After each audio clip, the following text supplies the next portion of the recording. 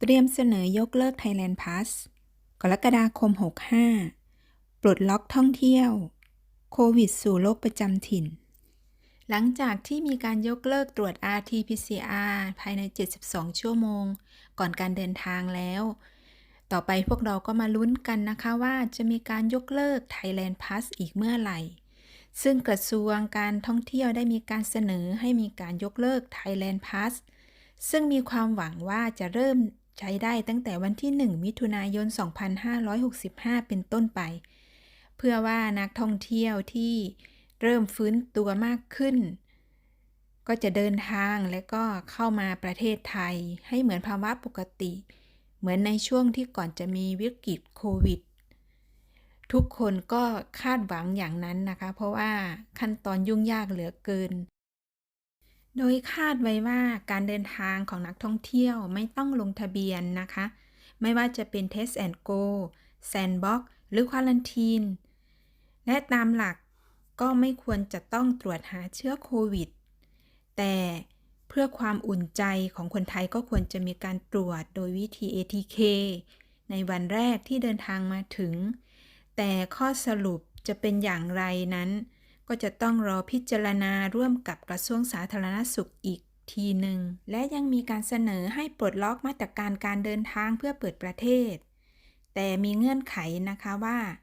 ในช่วงเทศกาลสงกรานต์นี้จะต้องไม่มีการเพิ่มขึ้นของยอดผู้ป่วยติดเชื้อและก็ยอดผู้ป่วยเสียชีวิต โดยผู้ป่วยติดเชื้อจะต้องไม่เกิน 50,000 ถึง 60,000 คนต่อวัน และยอดผู้เสียชีวิตจะต้องไม่เกิน 100 คนต่อวัน ถ้ามีเงื่อนไขแบบนี้เราทุกคนก็ต้องมาลุ้นล่ะค่ะว่ายอดผู้ป่วยจะขึ้นไหม และมาตรการที่คาดว่าจะถูกยกเลิกไปนี้จะยกเลิกจริงไหมนะคะ ซึ่งตอนนี้ก็มีการจับตาดูนะคะว่าจะมีการยกเลิก Thailand Pass จริงไหม เพื่อจะปลดล็อกรับนักท่องเที่ยวจากต่างประเทศให้สอดคล้องกับนโยบายการปรับโควิดสู่โรคประจำถิ่นนะคะ ซึ่งถ้าโควิดเป็นโรคประจำถิ่นจริงในวันที่ 1 กรกฎาคม 2565 ก็อาจจะนำไปสู่การยกเลิก Thailand Pass ได้ หลายคนอาจจะสงสัยนะคะว่าการปรับโควิดสู่โรคประจำถิ่นนี้เขาทำยังไง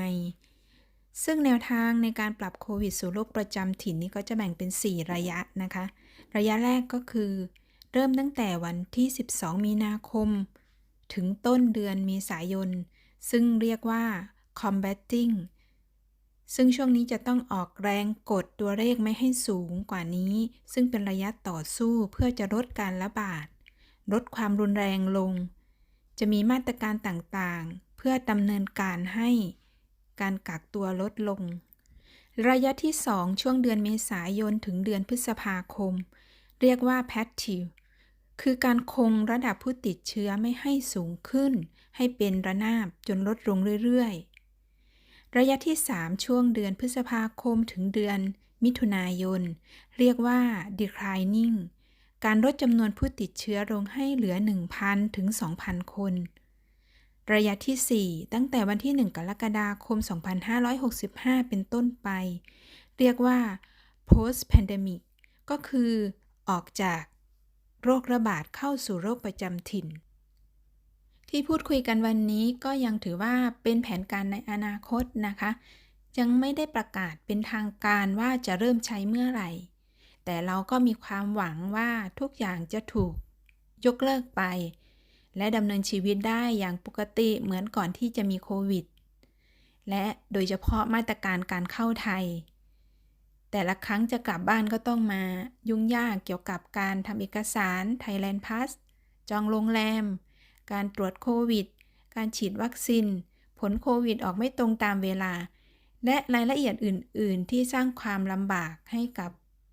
เพื่อนๆคนไทยที่อยู่ต่างประเทศและอยากจะกลับบ้าน ในการปรับมาตรการต่างๆในการเดินทางเข้าไทย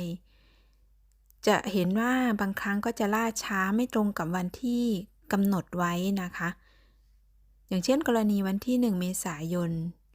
จะมีการปรับลดยกเลิกการตรวจ RT-PCR ก่อนบิน แต่พอถึงวันที่ 1 บางทีการบังคับใช้อาจจะไม่ตรง อาจจะล่าช้าไป ก็ส่งผลทำให้เพื่อนๆที่กำลังเตรียมตัวจะเดินทาง อย่างเช่นวันที่ 3 วันที่ 6 เกิดความสับสนว่าจะตรวจดีหรือไม่ตรวจดี RT-PCR ก่อนบิน เพราะบางทีรายละเอียดต่างๆ ก็ยังไม่ประกาศออกมาอย่างชัดเจน ทางที่ดีถ้ากรณีการยกเลิกตรวจ RT-PCR นี้เพื่อนๆก็ตรวจไว้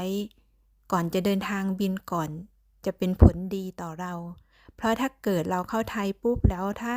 ไปเจอผลตรวจเป็นบวกก็จะทำให้เราเสียเวลาต้องกักตัว เพื่อนๆคิดว่ามาตรการต่างๆสำหรับการเดินทางเข้าไทยควรจะยกเลิกทั้งหมดหรือไม่ แต่ละคนมีความคิดเห็นยังไง เขียนมาแสดงความคิดเห็นกันได้นะคะ